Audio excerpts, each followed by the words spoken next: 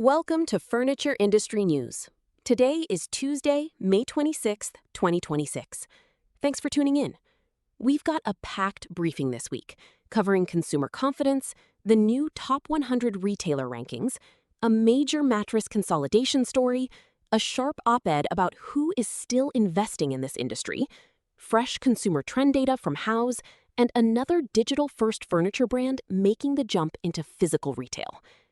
Let's start with the macro picture, because the consumer confidence numbers came in this morning and they tell a familiar story. The Conference Board's Consumer Confidence Index ticked down about 0.7 of a point in May, landing at 93.1. The Present Situation Index, which measures how consumers feel about current business and labor conditions, fell more sharply, dropping more than 3 points to 121.2. The Forward-Looking Expectations Index actually rose by about a point to 74.4, which sounds like good news, but it's still well under the 80-point threshold that the Conference Board associates with rising recession risk.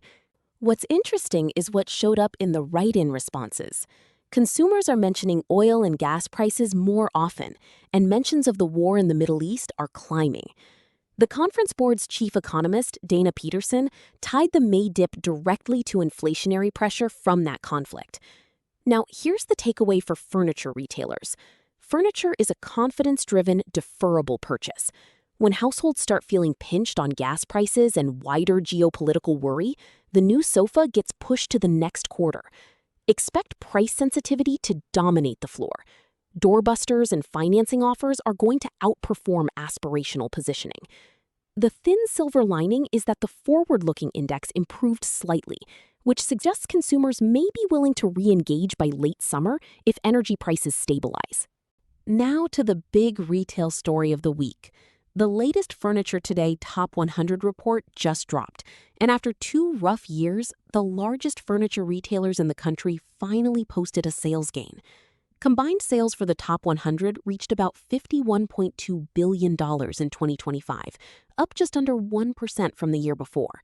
That sounds modest, and it is, but the underlying breadth is what matters. In 2024, only about a quarter of retailers on the list managed flat or positive growth. In 2025, more than half did. More than a dozen retailers posted double-digit growth, up from just 1 the year before. Ashley Stores held the top spot once again, with sales up 8.5% to more than $6.4 billion. La-Z-Boy climbed back into the top 10 at number 8, with sales above $1.9 billion and 29 net new units. Specialty retailers as a group edged ahead of conventional retailers in the overall sales split for the first time in this dataset. 6 of the top 10 are now specialty operators. The big picture signal there is hard to miss. Customers continue to reward focus, depth, and service over breadth. Conventional players who haven't sharpened their differentiation should treat this as a wake-up call, not a recovery story. 5 new retailers joined the top 100 this year, including Somni Group International, HomeSense, J&K Home Furnishings, Bailey's Furniture, and Belfort Furniture. 2 are making their final appearance. Weir's Furniture is closing its Dallas area stores, and the Room Place shut down its remaining physical locations last year. That brings us to mergers and acquisitions, which were a major storyline throughout 2025.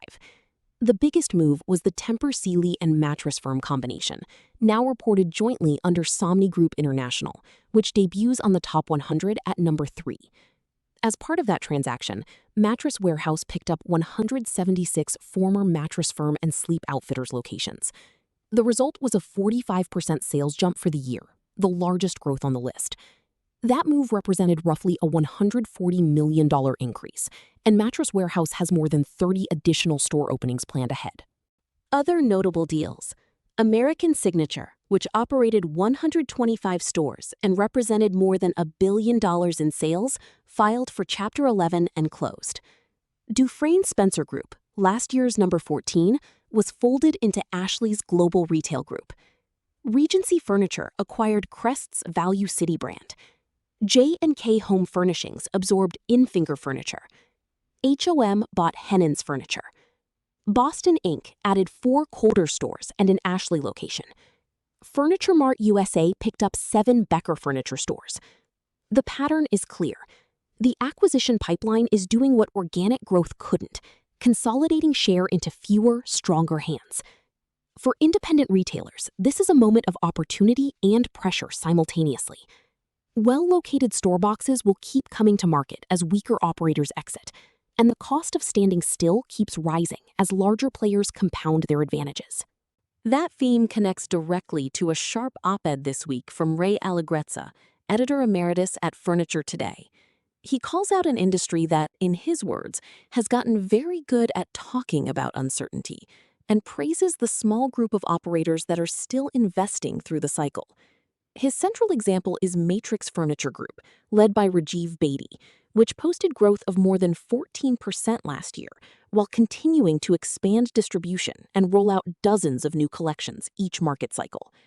Allegrezza's point is that history, both inside and outside furniture, shows the strongest players coming out of downturns tend to be the ones willing to invest while everyone else is frozen.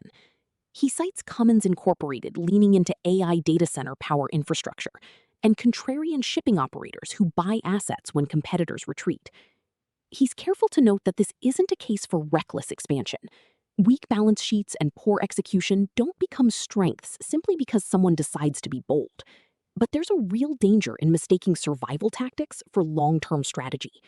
The strategic question worth bringing to the next executive meeting is this: are we preserving what we have, or are we positioning for what's next? Market share tends to move during disruption, not during prosperity.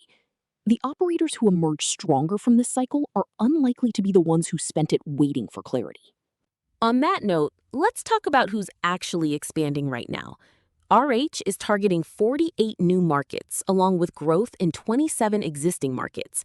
Bob's Discount Furniture is entering South Carolina and Tennessee, with additional stores planned for North Carolina. Broad River Retail is moving into Maine and Idaho. Rooms to Go is continuing to roll out superstores and outdoor stores. Our House has several new showrooms in development.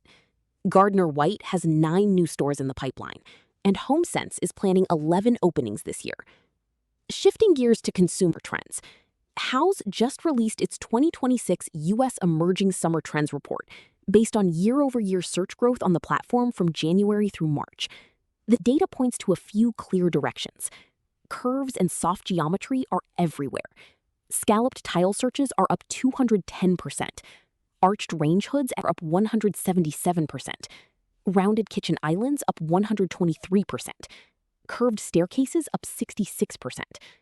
Warm earth tones are dominating. Rust colors up 178%, chocolate brown up 153%. Plus rises in mushroom, olive green, sage, and taupe.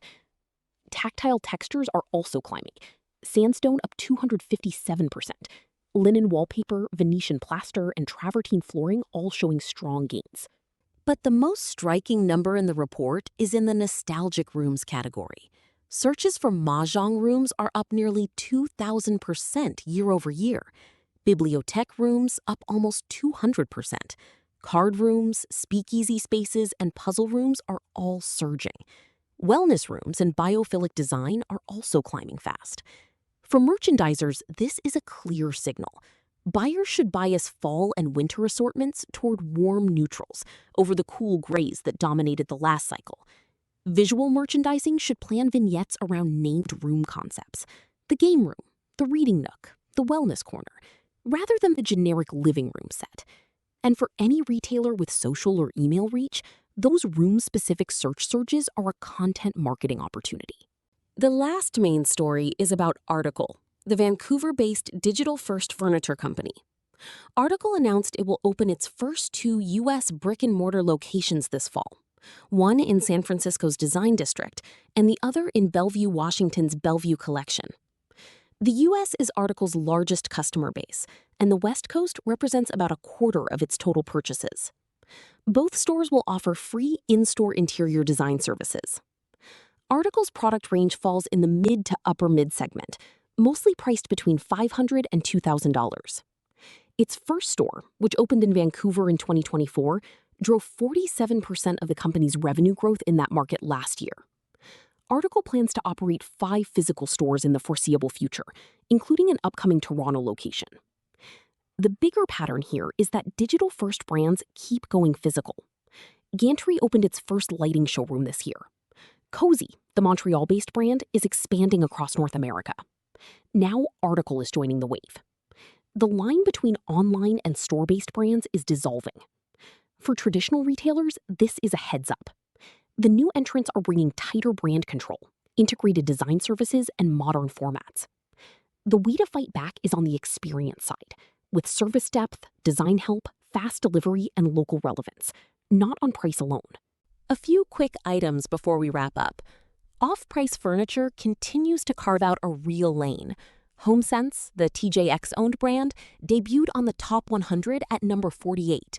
And on AI, a thoughtful piece from Brian Carroll at Berry College this week argued that AI is acting more as a collaborator than a replacement in domains that still reward creativity and expertise. But he also flagged real concerns about water use and grid capacity tied to data center build-out. For furniture operators, the practical near-term use cases remain customer service, content generation, and merchandising analytics, not wholesale process replacement. That's the briefing for this week. The headline takeaway is that the industry is showing the first signs of a turn, but the gains are uneven and the macro pressures are real. The operators who win the next 12 to 24 months are likely going to be the ones positioning, not just preserving. If you find this briefing useful, please subscribe so you don't miss the next one. Thanks for listening to Furniture Industry News.